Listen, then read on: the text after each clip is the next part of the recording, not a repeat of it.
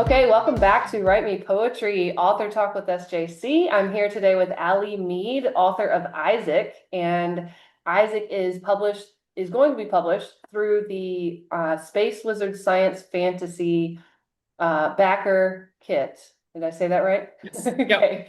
Funded by a backer kit, and William Tracy is leading that. We just did an interview with him that was posted on the channel earlier this month. And so I am looking forward to talking to Allie today. So welcome. Hi, thanks for having me. I will go ahead and introduce this one. She's probably going to be around. So Yeah. hi. Hi. In case I do this and have cat fur on my face, Mhm. you know what? All Yeah, my right. full-time job, we work remote, and I just remember early on the pandemic of etiquette, Zoom etiquette was like, don't ever have the pets on screen. I'm like, that's my favorite part of any Zoom meeting, just watching someone's cat go across the camera. Exactly. Like, don't ever stop bringing Exactly. your pets into frame.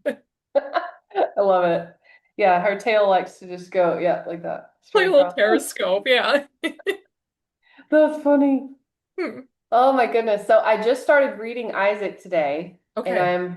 Kindle says I'm 37% through with Okay. it.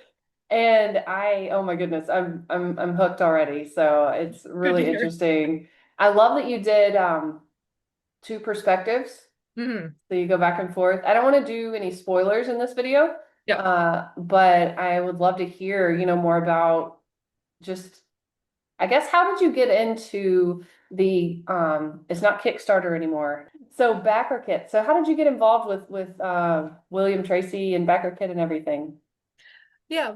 So Isaac, I started trying to get published like April, May 2023.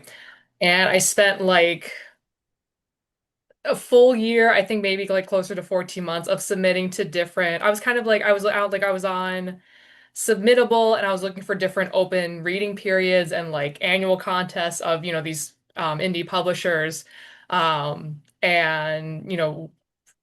was, just applying to them, wasn't, hitting any luck.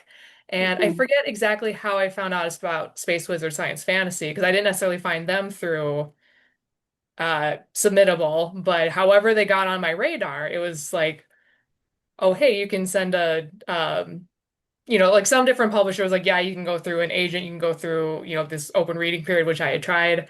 And then just, realized through this publisher, it's like, oh, send a query letter. So I'm like looking up quick, like, okay, what is a query letter? What does that even involve? Um, and sent that.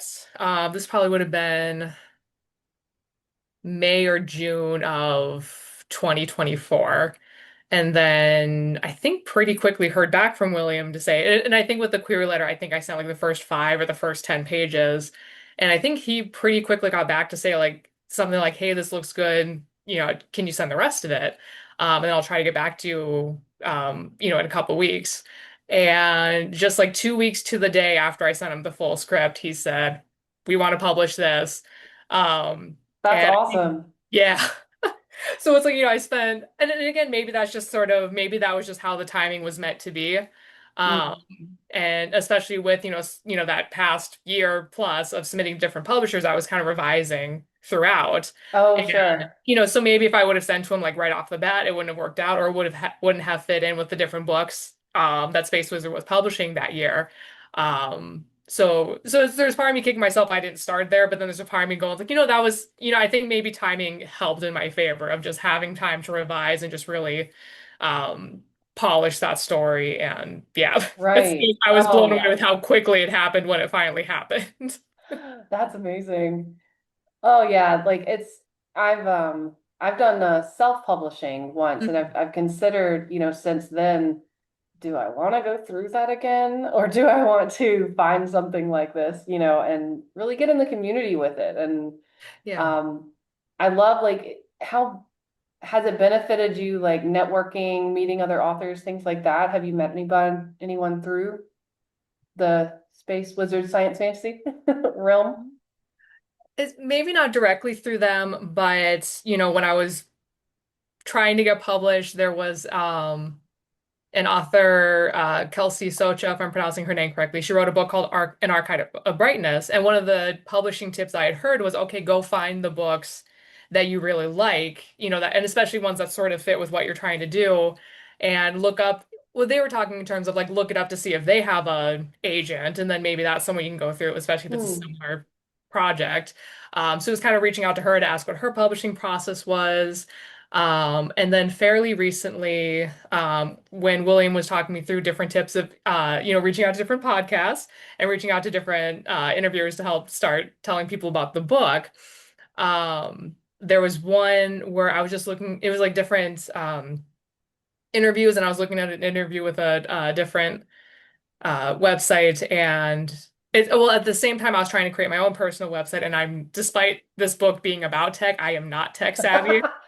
So basically, so I connected with an author in trying to figure out I just used her contact us form on her website to say, how did you even go about creating this website? And that same day, she sent a multi-paragraph email just explaining her process. So it's That's awesome. yeah, and there's kind of a sense of it's kind of easy to think of this world as just very competitive, especially when I was kind of doing the open reading period where it's like they're only maybe publishing one book out of the contest that year out of everyone who submits, or maybe we're only publishing five, and so you're kind of being thrown in with all these other books. And it just feels really impersonal too. And again, I'm not saying that's not a good way to get published, but it's just, it was kind of impersonal too, because all you get is an email back saying like, no, sorry, it's not a good fit. So then Mm. to actually be in the world and just how responsive and helpful William has been, and then just to reach out to two random authors that I've never met before and just say like, Yeah. hey, I'm starting out, how did you even go about this? And just how quick they were to respond and just how helpful they've been. So it's easy to think of it as a competitive world, but it's like writers love talking about writing. They love helping other writers succeed too. Yes, absolutely. I actually had when I was trying to publish my book, I Yeah. had a big debacle with the book cover, and like I hired someone to do it, and we didn't communicate well, and the results they finally got me the final draft, and I was like, okay, it looks like pretty much what we talked about, and then the dimensions were wrong. I was like, Oh. so I actually posted it on Facebook, and I said, does anybody know how to get the dimensions right? I had a man named Robert Harrison. Mhm. He commented and he said, I will make your book cover for free.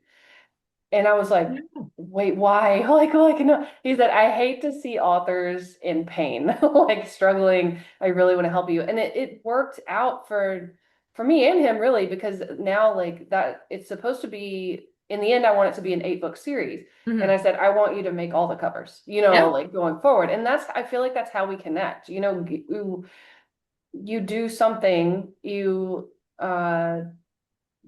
just I don't know, give and Mhm. share, and eventually maybe it'll end up being like an editing gig or something like that. But like I love the community that just where you're just sharing and helping each other. I feel like that's where it starts. Yeah. Um, cat hair, So okay, so we jumped in and I'm just asking you questions, but tell me more about you. I didn't ask that in the beginning. Okay. Yeah. I don't know if you need this much of an introduction, but my name is Allie Mead. I am a writer, like as in my full-time job is as a content writer for a website, and then I write on the side as well. With this book, Isaac, I've been calling it a novella. Just well, and that I think that's what it's called through the publisher as well. Which I'm sure there is a better definition, but it's basically like a short novel. Um, and it's my first novella, pretty much my first book. Otherwise, I've had, just some uh, poems and short stories published as well. I'm in North Dakota. I have a dog who is in a different room just because I could have brought her in here, but I think she would just kind of have her nose at the door the whole day or the whole time and just want to be let out. So at least now she can just go sit in her window seat. And if she barks with the door closed, hopefully that just helps muffle the sound a little bit. Sure. What's your dog's name? Tell me things. Zoe. She's an Australian Zoe. Shepherd Corgi mix. Ooh, a little short Australian Shepherd, right? Yeah, yeah, yeah. It's not quite the little stubby legs of the corgi, but she's definitely disproportional to the rest of her body. Oh, it's adorable. I love it. I love it. Oh my gosh. Um, Yeah, I love the Australian Shepherd color, just the Yeah. that yeah, that look. Okay, cool. So I'm in Connecticut, just to Yep. throw that out there. And I know we had to work on the time zones for the meeting, so I Yep. definitely understand that. Okay, so is Isaac your first book out? Your Yes. first book published? Yeah. Okay, Yep. I thought you said that, but I want to make sure. Yep. Okay, so very cool. So after this, is there anything else you're working on? Or is it like here and there? Yeah, so I think I haven't been working on it much lately. But my plans for my next book is a collection of poems and essays. So 2 years ago, my brother died of cancer. Oh, I'm sorry. And thank you. The year between his diagnosis and his death, I just found myself, even though I consider myself a fiction writer, I just kept writing poems just to kind of process everything of what my family and I were going through, and I've written down some like different essay ideas. So just I think just to kind of continue working through all of that and just to kind of honor his crazy, unique, funny life. That's the project that's sort of taken hold. Because I don't know how Okay. your reading process is. It's like I'll have some ideas where it's like, I kind of think about it for a minute, they're kind of fleeting, and then they go away, and I don't think about it again. But then Isaac, and then potentially forthcoming book of collections of poetry, just those ideas that just I just keep thinking about, and I just keep coming back to them. Then that's kind of my cue to go like, okay, I think there's something there. I think there's something I want to work with and continue pursuing. Right, right. I get that. Okay, so Isaac, let's talk more about that story. So how did you get there? How did Isaac come to be? Yep. So this idea I got back like December 2018. And it was a time in my life where I had friends, but I wasn't necessarily feeling like I was really connecting, and I wasn't necessarily doing the work of like reaching out and um just trying to feel more connected to the world and more connected to my friend group. And I just remember a thought kind of popping into my head of like, you know what, it would just be so much easier to just have like a robot that I could power on and just go to the movies with when I want. Like in my head, that was easier than just like texting someone to be like, hey, do you have plans this weekend? And just kind of that writer brain of like, oh, I might need to unpack that. And fictionalize it and unpack it that way. Right. And then that following spring, I was in a novella writing workshop. So I got like a whole semester to really dig into this. And the book process got slowed down a little bit when I was uh, working on a PhD. I had since dropped out of the program right before I started work, like trying to get this published.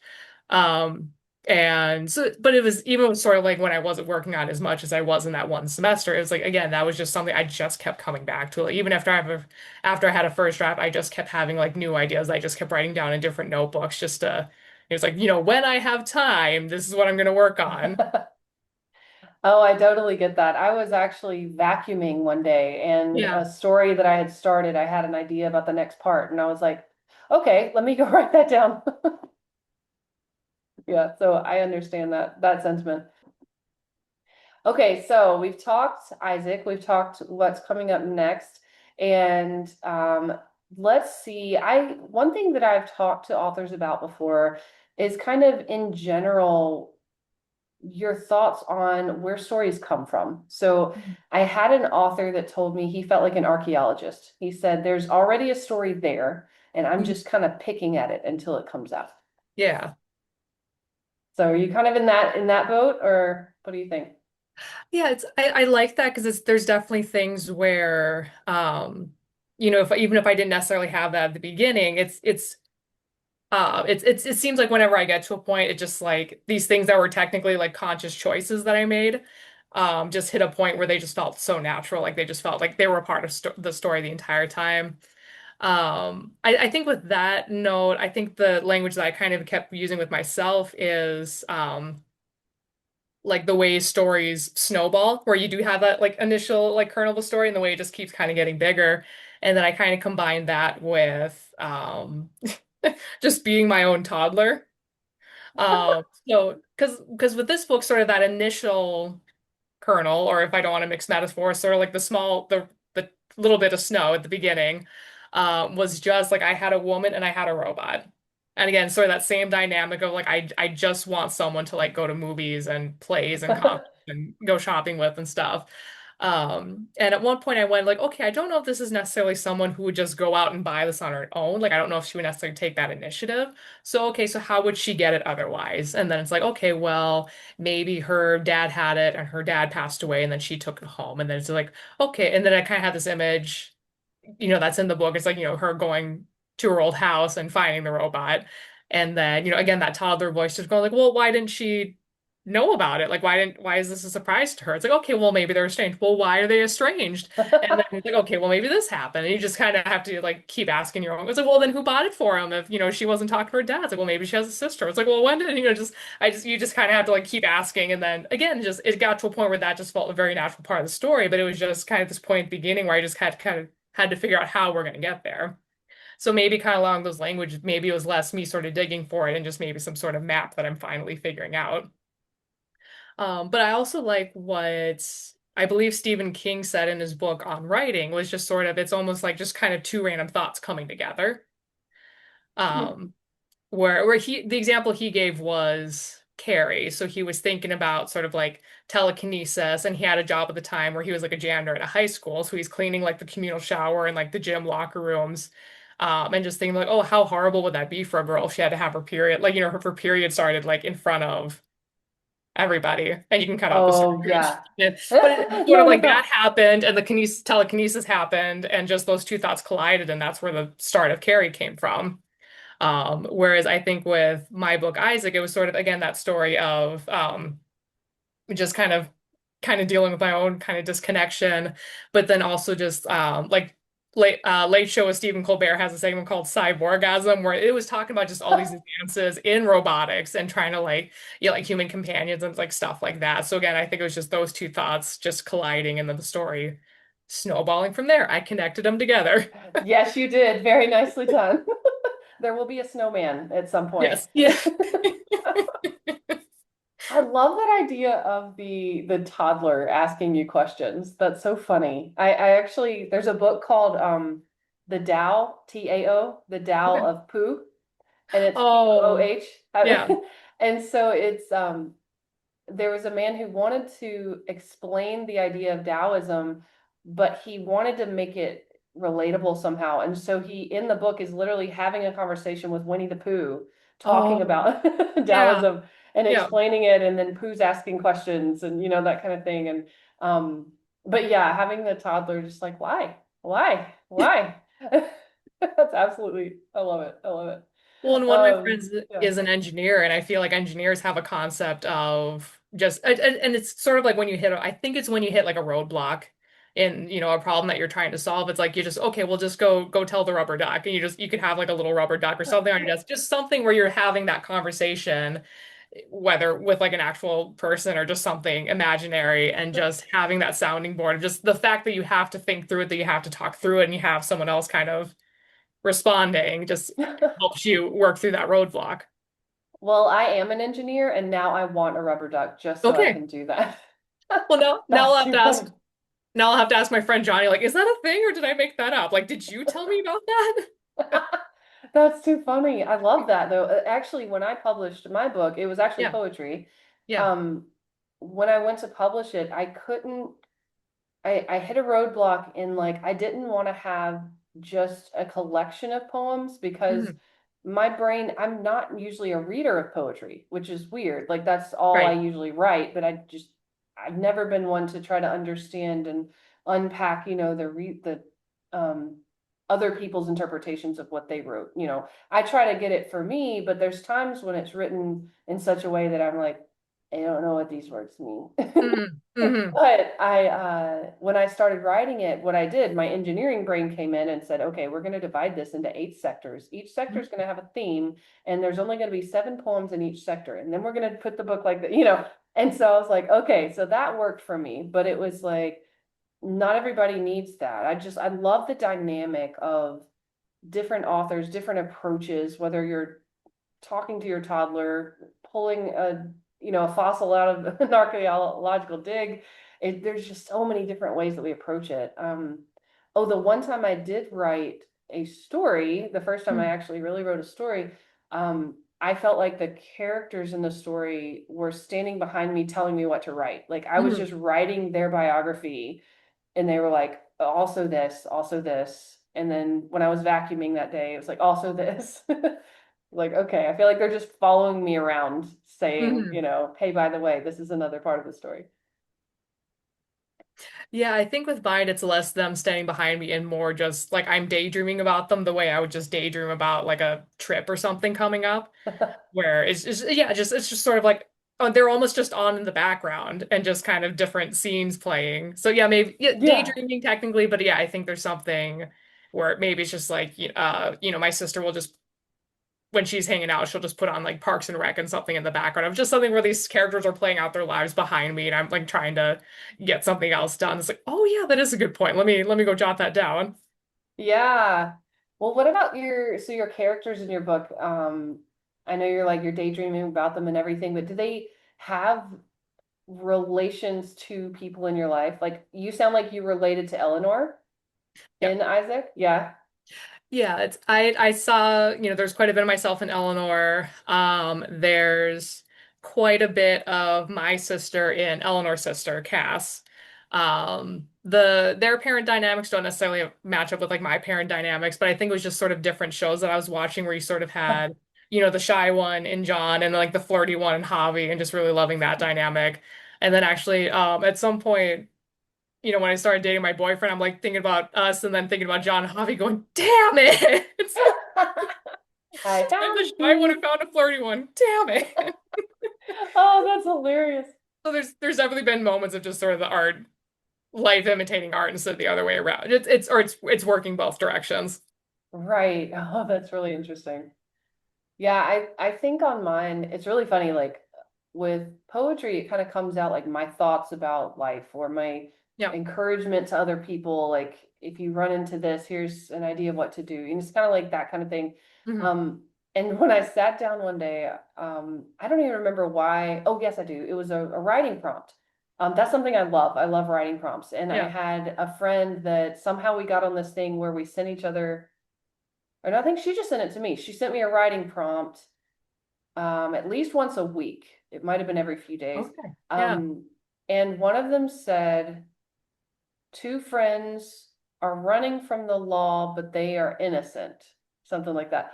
And I was like, Yeah. okay. And I start writing, and I'm like talking about this child who's like growing up as a neglected child, sitting in the backyard, throwing rocks at the fence, and this girl from next door comes over and kind of befriends him, but they're in such a bad, like, both of them are in such bad situations that they are weird, hesitant friends, and they still Hmm. like talk, but it was like I didn't, and the whole running from the police thing doesn't happen until they're like later teens, and I'm starting Right. at like 6 and 11, and it's just funny how my brain just went totally, I'm going backward, I'm going dark, and I'm Hmm. going, with this life story of these people. And that's the one where I feel like I've got that they're behind me telling me what to say, Yeah. and it's really fascinating. And there's actually, if I ever do get it ready, there is a queer element to it. So I could talk to I can't ever say the words space, wizard, science, fantasy. There we Yes. go. I have to get them in order. I could talk to them about maybe publishing. Mhm. It's a thought. But I love it when prompts just take you in such a different direction. It's like, it seems like it's so straightforward. Like, okay, obviously the scene is going to be them running from the law. Maybe the backstory is how they got in trouble or became suspects. But just for your brain to take it and just go like, all right, let's put them back in their childhood. It's like I love that. I love just like how simple a prompt and just you could give like 20 people the same prompt and they're all going to take it in different directions. Yes, I love that. I think it's just as humans, it's like Yes. we feel so many of the same emotions, but in different situations and to different degrees. And, we relate to each other in different ways, but at the same time, so much of what we deal with and what we, celebrate and what we mourn is the same. There's so many things that are so similar. And I think that's why our stories connect to each other, because it's like I feel that, I get that. Mhm. I'm actually reading. or I read a story by JMD Reed, Mhm. James Reed. He uh, wrote Shadow of the Dragons. It's a series. And I did previously on this channel, I Mhm. actually interviewed with him. And I wanted to read, uh, I got the suggestion that we might, you know, he might be somebody I would want to interview because of his books. And so I was like, well, let me read the first book, and Mhm. just see. I read the first book and I was like, can I interview you for all of the books in this series, please? Like it was just Yeah. that good. Yeah. But one thing about his story was, you know, it was a 12 book series, and by the 12th book, you have 10 main characters Hmm. and you know what they would have for lunch on a Saturday if it was summertime. You just know Yes. them so well. Yeah. And I just love that development. And I feel like just so far from what I've read in Isaac, in your book, I already feel that. Like even Isaac, like I just, I feel that development coming and I already see some, and it's just, I love character development and I love to see, how that just builds into the story because it's like that humanity is there even if the characters are not human. It's that personification and that humanity that just it's just a beautiful thing. I love to see that come out. Thank you. Well, and that's an interesting one because Isaac was kind of the character where I think the first 6 months I was working on a story, I was still trying to figure him out. Whereas like I knew what he wanted to do, but he had felt like very flat to me. And I was Mm, thinking, it's like, okay, well, this is like a woman like really much like really struggling with her loneliness. And I see different posts online where it's people getting like super attached to their Roombas, like they become almost like family pets. And then if like the Roomba breaks down or something, they're actually just taking the steps to go try to get it repaired instead of just buying a new one because they've gotten so attached to it. And so I wow. remember the first 6 months of working on Isaac going like, oh, okay, I can kind of make that work because it's less about sort of Isaac's personality and just more Eleanor trying to connect. But then I was kind of going, well, like, okay, but then, and I say this as someone who watches quite a few Hallmark movies. Kind of one of my pet peeves with the movies is like there's a lot of them where they'll just throw a man and a woman into a room and call it chemistry. Just like, Mm, okay, well, obviously they're gonna date because they're the main characters. And I didn't want that for this book. I didn't want there to be any sort of like connection or tension, like romantic tension or anything interpretation there unless it was kind of earned. And sure. then it's so at that point, at some point that summer, like I just started watching more and more like movies and shows with Sebastian Stan in it. And I went, and at some point I was like, oh, if I ever got like a film adaptation of Isaac, because I'm one of those writers who's like already daydreaming about having it published and having the book like the film adaptation instead of like really working on it.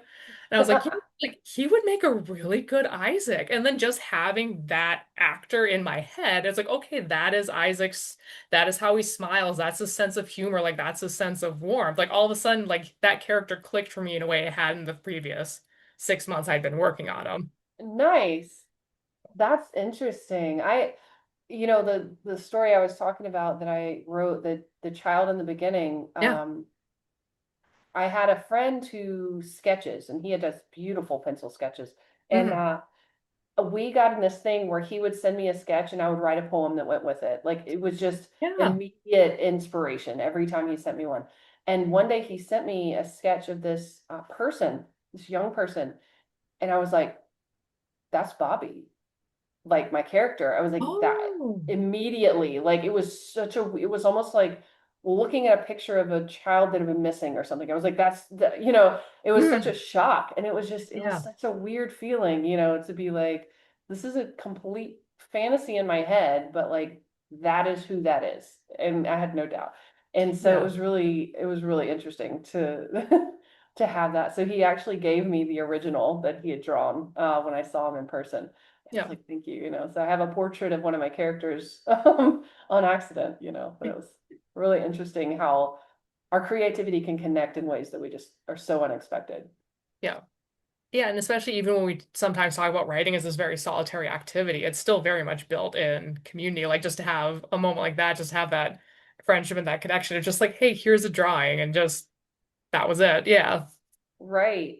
When I was before I was an engineer, I was an elementary school teacher, and Yeah. it's a fun combination. Yeah. And I one of the unwritten rules with teachers was beg, borrow, and steal and share. Yes. I Yep. think more share than steal, but beg, borrow, and share all the time. Just you've created a worksheet that is great for your third graders. I want a copy, and Yep. we had to, we needed to. And I think that's sharing resources among writers, I think is a huge thing. Yeah.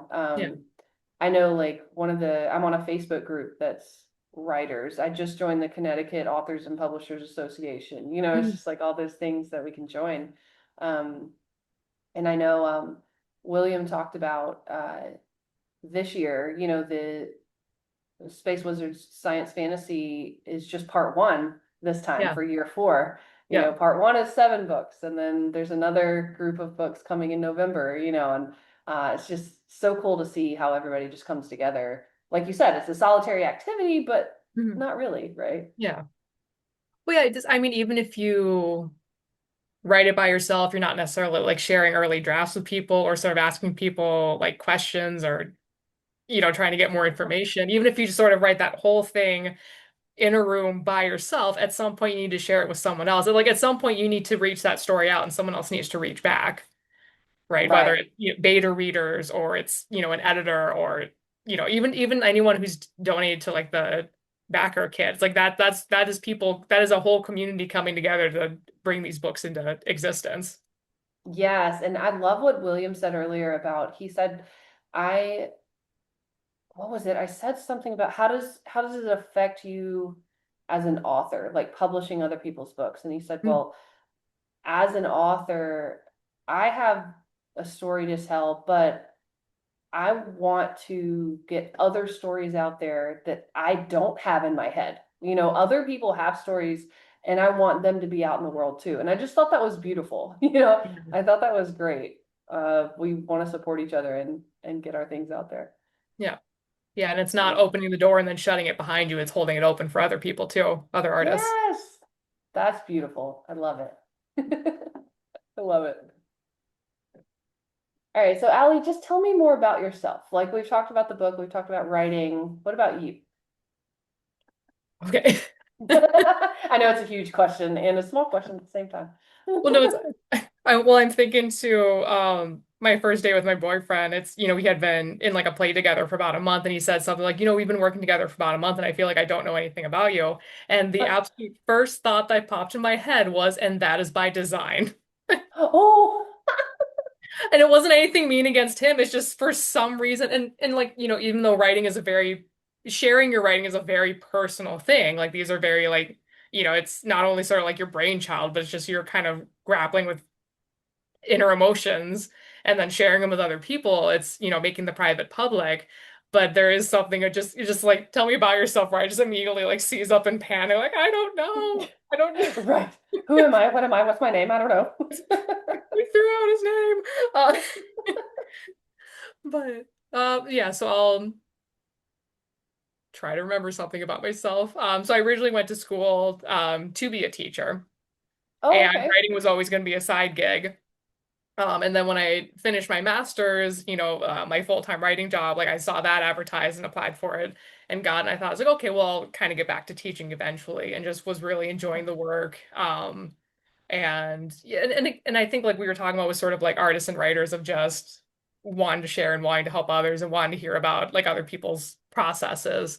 I think that teaching part of me is still always going to be there, and I think that's kind of one of the appeals with this interview with interviews like this, besides just promoting my book, it's just like just getting to talk about the work and maybe someone else going like, oh, hey, maybe that's something I haven't tried yet, or just whether or not I follow anyone's writing advice, I really love hearing about other people's processes. So I like Yeah. talking about the writing.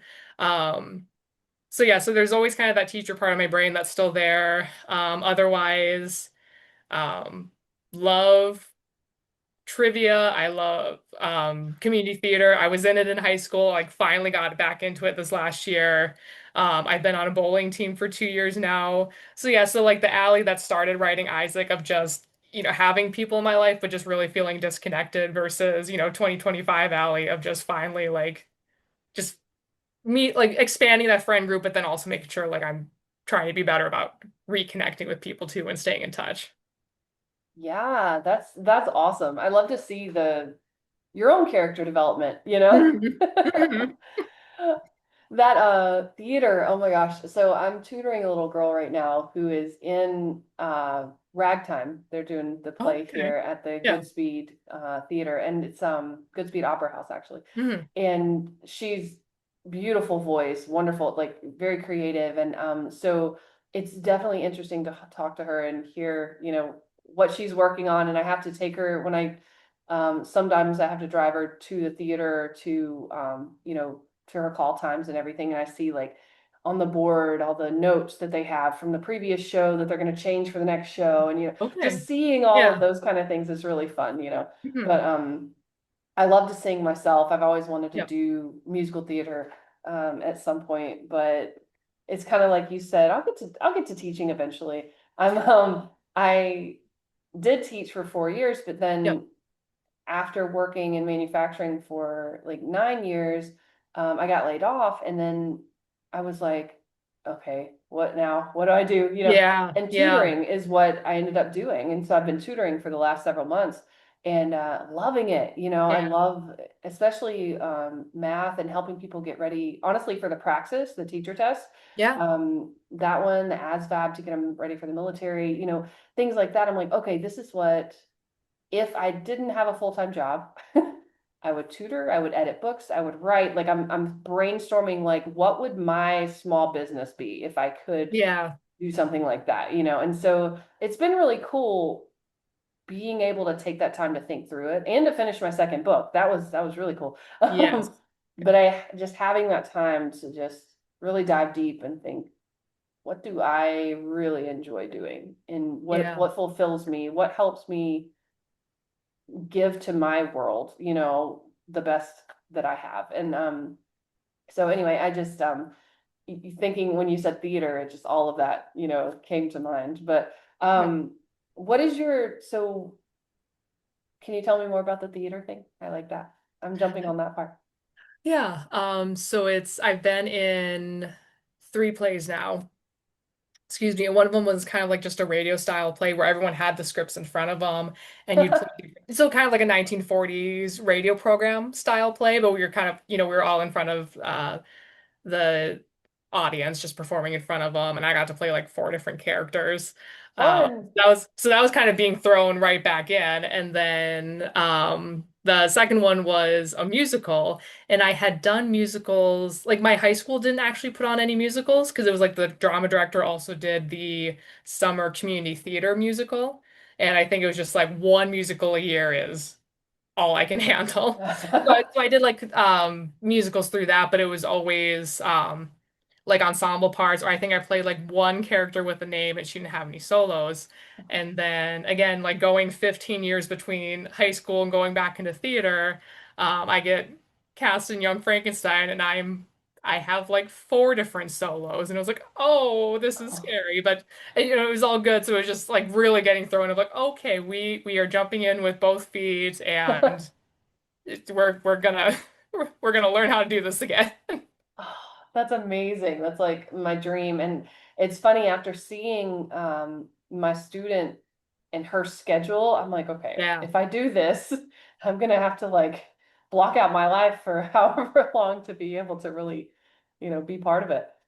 Well, Theater, I that's think a crazy yeah. schedule. Yes. Well, I think that's why there was such a big gap. It was like I was either in college or I was, I still had that full-time job, but it was, 40 hours in the office. And I just didn't like the idea of like 40 hours a week and then, 5 days a week of rehearsal of, like 2 or 3 hours in the evening. And especially just to leave my dog by herself that whole time. Mm. But, my office has been remote since March 2020.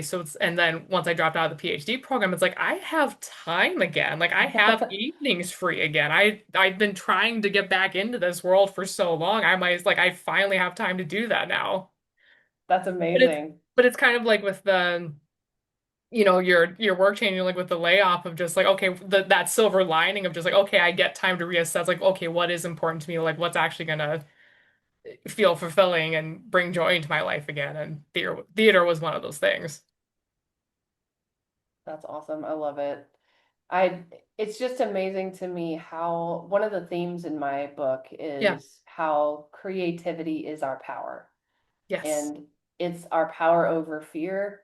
It's our power, through times of depression, through times of mourning, it's like when you have, when you learn yourself, you get to know yourself, which is something that I realized later in life. It's like we don't know ourselves any more than we know the person next to us unless we talk to ourselves, just like we would Yeah. to get to know the person next to us. Yeah. We have to talk to ourselves, figure out what we like, figure out, and you go through things and you get, you know, stuck or codependent or something like Yeah. that. And then it's like, okay, wait a minute, who am I again? What do I like again? And it's a silver lining when you have that sudden stop and it's like, okay, I can despair or I can be like, Yeah. okay, what can I do now? What is my next step? Yeah. Well, and I think that ties back to Isaac in a way of, Eleanor is someone who just sort of gets stuck on this path of inertia. And then when, and she's again struggling with her own loneliness, and then she's confronted with Isaac, and it's, she's kind of takes that initiative of like, okay, well, what if this is the answer to my problems? Like, what if I take him home with me and then I have someone to go do things with? Um, of yeah, just sort of, like those moments of truth where you just have to act on it. And then I think Eleanor too is sort of in the process of learning about herself as well. Right. I know Yeah. there's I can't remember if it's, I'm bad at history, Greek maybe. I don't know. Mhm. There's a statue somewhere and it says know thyself. Yeah. And that's it. That's all it says. And it's like they believed so much in that's what you have to do. You have to know yourself, and I think writing fiction to me, I feel like it's often an outlet for getting to know ourselves, Hmm. and I'm looking, which is interesting that when I write prose and not poetry, it just goes dark. I'm like, okay, what am I processing right now? I don't know what's going on. But yeah, I go back honestly to JMD Reed and his Shadow of the Dragon series Yeah. because there was so much inner, I like to say monologue. I know you say inner dialogue, but I'm like, who am I talking to? It's just me. Right. Right. But Yep. that inner talk, and seeing, I love when you see into different characters' minds. Like in Hmm. Isaac, you have Eleanor and Javi. Did I say it right? Yep. Yep. Okay. Eleanor and Javi, you're seeing it from two perspectives. I Mm. actually read a book one time that had a mute character, Mm. and he was mute based on trauma from when he was a child. Yep. And but every other than that, he was, completely, in tune with everything. And there were probably 40 chapters in the book, and all of a sudden, chapter like 32, you're like, wait a minute, this is his perspective.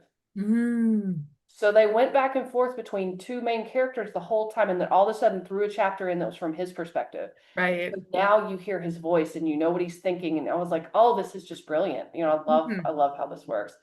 Um, I remember one other series. I don't want to name it because it's like a giant spoiler, but the book was written kind of in three parts or three books. I can't remember, but the first was like a young woman, telling a story, and then the second one was like another woman telling a story, and then the last one was another woman telling a story. And then, but one of them I think was from first person or second person perspective, Mm. something different to where you didn't know their gender, I think. Okay. Um, Yeah.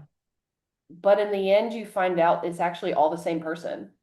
Oh, And so now very I'm like, oh my gosh, I want to read it all again because this is actually all the same story, and I didn't realize it. I right. thought I was reading three different, people's stories, and it was just fascinating because Yeah. for whatever reason, she had changed her name twice during her life, Hmm. and so there was no, yeah, it was just there was no connection with the name and anything like that. So, but I love when stories go at different angles.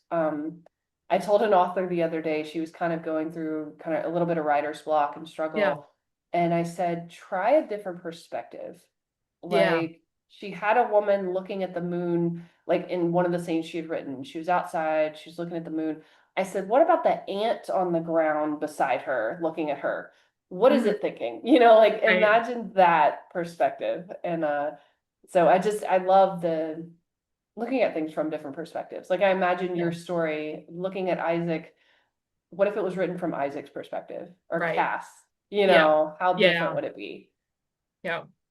Well, and actually, with me going sort of like Eleanor's story and Javi's story, the first draft I had was just Eleanor. Like Javi was Mhm. actually like a really late addition to the story. And then at some point, then I was because I think part of it was again sort of like in figuring out John, I need to like figure out Javi, and then but I was like writing in Javi's perspective and just loved his voice so much. There was actually a point where I went, I don't even know if this is Eleanor's story anymore. Maybe I just write about these two guys. That's And then funny. I forget at what point I decided, like, okay, well, let's kind of braid these two storylines together. But then, so I started doing that. Or actually, or I guess that's like I still had like Eleanor written all separately, Javi written all separately, and then at some point had to figure out like how I was gonna fit these in together. And in doing that, it surprised me how well like the two stories complemented each other, but then how they played off each other too. And that actually ended up being like a really helpful editing technique for me because it was like I had way more Eleanor stories or segments, scenes that I had Javi scenes. And it was like, okay, so do I have that imbalance where Javi's just kind of sprinkled in here? And then, but then it forced me to like look at the Eleanor scenes again and go like, okay, this one makes sense because then I compare it with this scene, and this one makes sense. This one doesn't make as much sense, so I'll cut this one. So it ended up being like a really effective editing tool just because I had to go like, okay, why is this scene here? What does the scene have to do with the scene before it? What does it have to do with the scene after it? And if I didn't have an answer, then that was one I could cut. Interesting. Yeah. That's cool how they like edited each other's stories, basically. Right. That's really funny. I think about one character I read about one time could Yeah. see a little bit into the future. Like that was Yeah. her, but she saw it at the same time as the present. So she would Oh, like yeah. she could run across rooftops because she saw literally saw a few steps ahead as she went. Right. And so she knew when to dodge and things like that. But the author, he said it was so hard to write her character because Mm. in any scene that she was in, if the other characters were about to be attacked, she either had to foresee it or she had to be like passed out. And he actually ended up knocking her out at one point during the books because he was just like, I just need a break. I need a break. She was unconscious for like several chapters, you know? You know? I just thought that was hilarious. I'm like, I mean, you gotta do what you gotta do, you know. Mhm. But he said that was like the hardest character he had to write. Yeah. But oh my goodness, that was funny. Oh man, okay. So But it's funny with that of just the times where it feels very natural, and then it's other times and maybe not like obvious to the reader, but just the writers, and they're making that conscious choice of just like she just needs to be unconscious. Like I yeah, I just thought that was hilarious. yeah.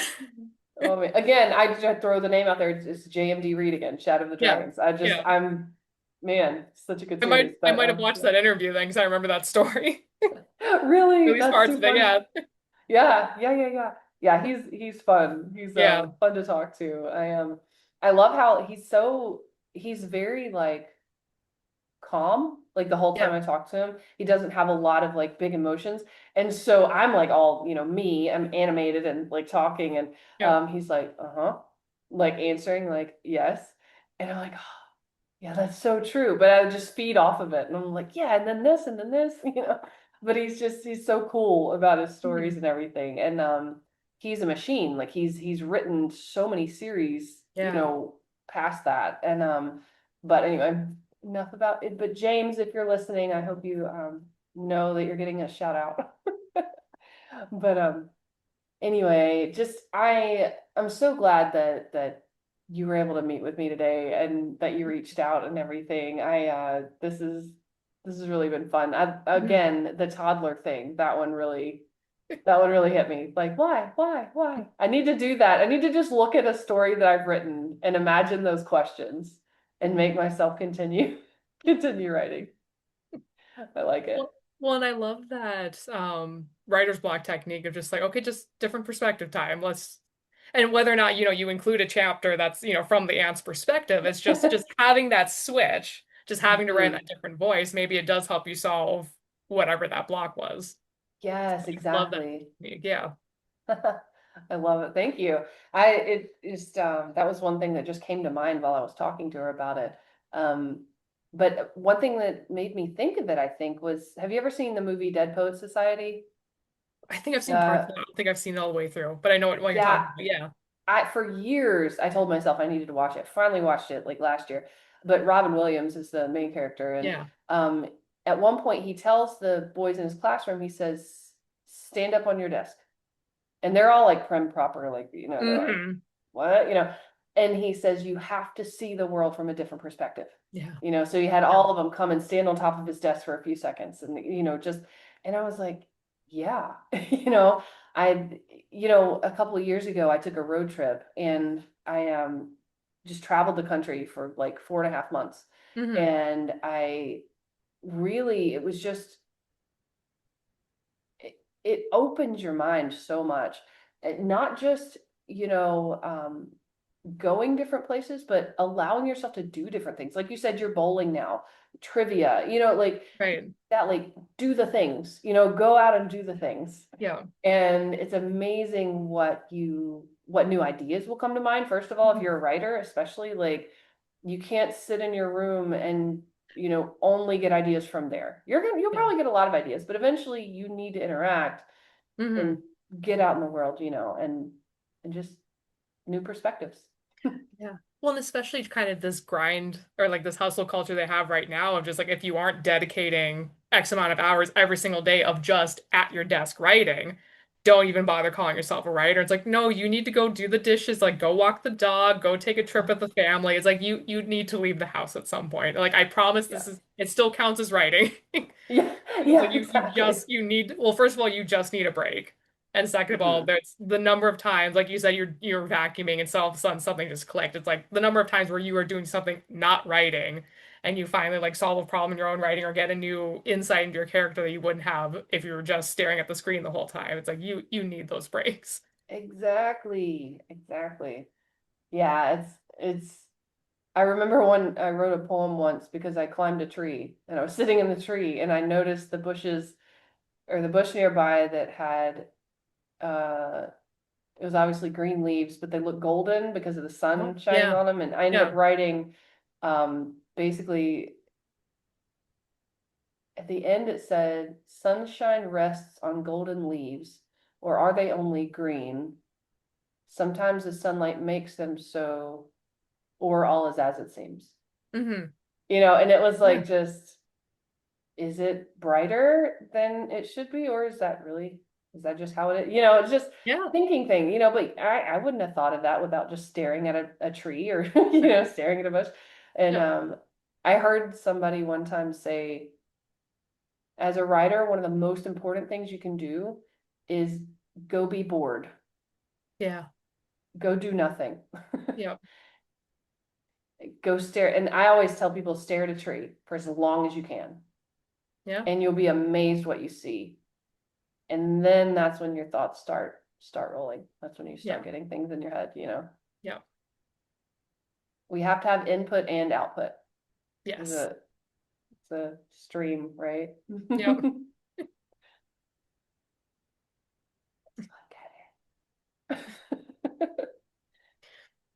But anyway, Allie, I know we have a few minutes left, but I'm just grateful that you come, like you joined with me today, and I'm gonna make sure we have, your book should be, oop, wrong side, this right A little over the shoulder here. photographic. Yeah, Yeah. this is where it should be during the video. So we'll have that showing. And is there anything else? Do you have any you mentioned a website earlier? Do you have your own website now?